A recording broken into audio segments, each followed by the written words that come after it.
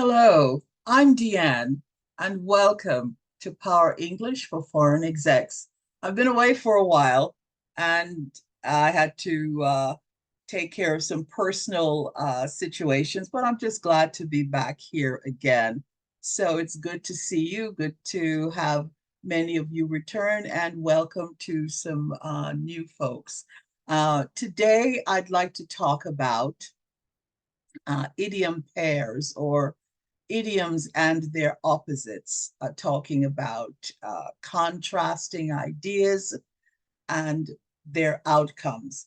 And often, these can be used in professional settings and also in casual or informal situations. For those of you who don't know or who are new, Power English for Foreign Execs is for those individuals who are either currently working or want to work in American-based companies, either in their home country or here in the United States where I am.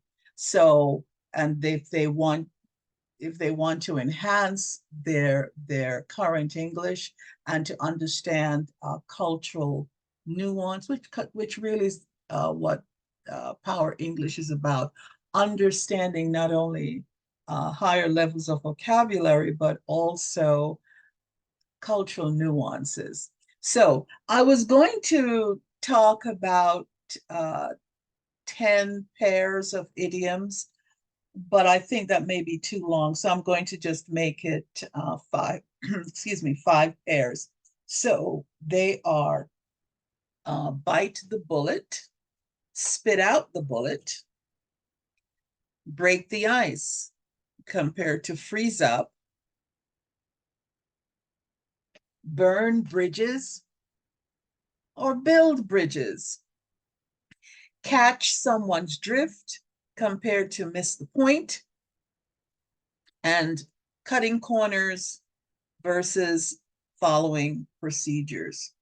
So the first one, bite the bullet versus spit out the bullet. Bite the bullet means to endure a difficult situation or pain with great courage and strength. Before we had anesthesia, people would bite down on a bullet if they were going to have an operation or removal of whatever in the pioneer days and all of that. So here's an example of a sentence that could be used. After much hesitation, Robert decided to bite the bullet and confront his colleague. Maybe he and his colleague were having some issues and they need to work it out. So he took the initiative, he bit the bullet and said, okay, I'm going to talk with my colleague about this issue. That's it.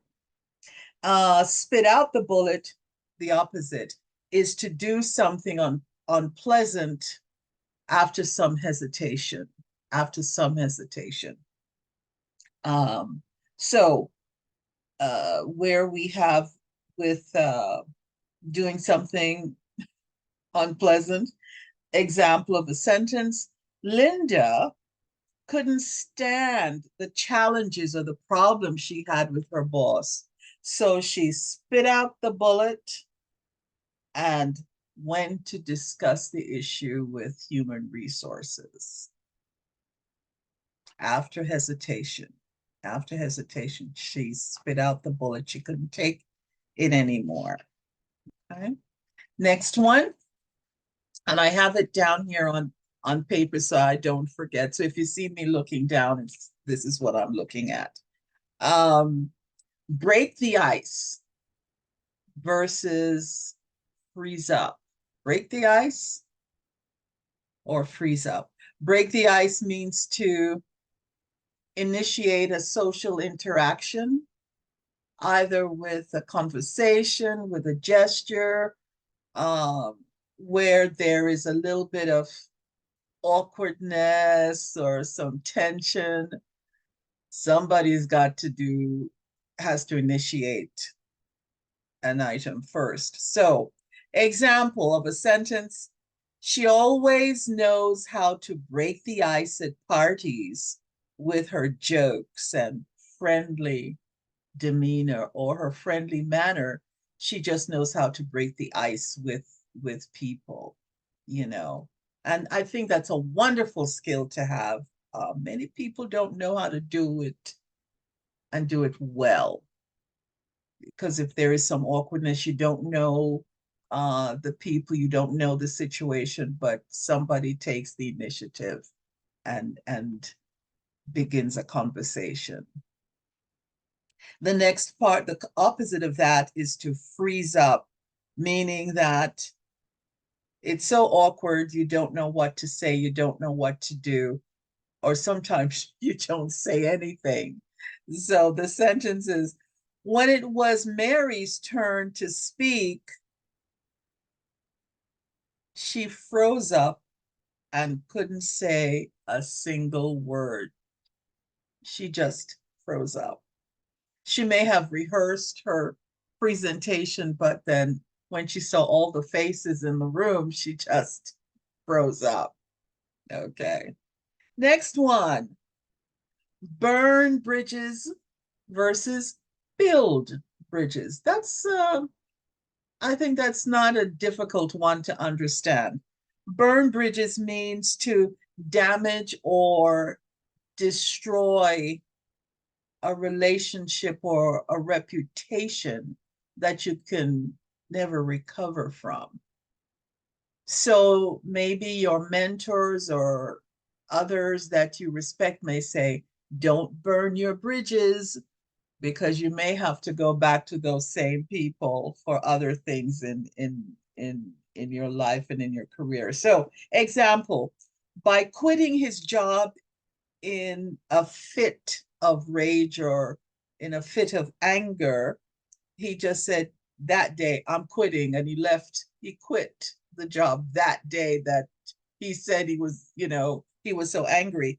He effectively burned his bridges with his former colleagues. You never know if your former colleagues may be going to other companies that you indeed may want to go to be hired, and those same colleagues may be the hiring manager. You never know. You never know. So don't burn your bridges. Compared to building bridges means to build and establish consensus or agreements, or just to strengthen relationships or connections, often through efforts to reconcile from something. So, example, despite their differences, they chose to build bridges and work together for a common goal. Maybe there was some difficulty on the team, but then, the team said, listen, we're working on this project and this project has to be successful. So it's best if we work together. That's building bridges, building bridges. And politicians know how to do that very well. Leaders know how to do that very well. They are consensus builders, relationship builders, building bridges. If you like what you hear today, and I hope you do, I'd love to hear your comments, or give this video a thumbs up that you like it. It would be great to hear your comments. I'd love to know what you think about them, and maybe even suggestions for new topics that I'd love to talk about in Power English. And if you are having any challenges, difficulties in learning how to negotiate within the American workplace, I also do consulting, and you can contact me at the description in the description box below, and I would really enjoy talking with you and helping you as you negotiate those areas in the American workplace. Okay, let's move on. The next one is catch someone's drift, D-R-I-F-T, catch someone's drift or miss the point. To catch someone's drift means to understand or grasp the essence of what someone is saying without their saying the exact words. You get the understanding, you catch the drift.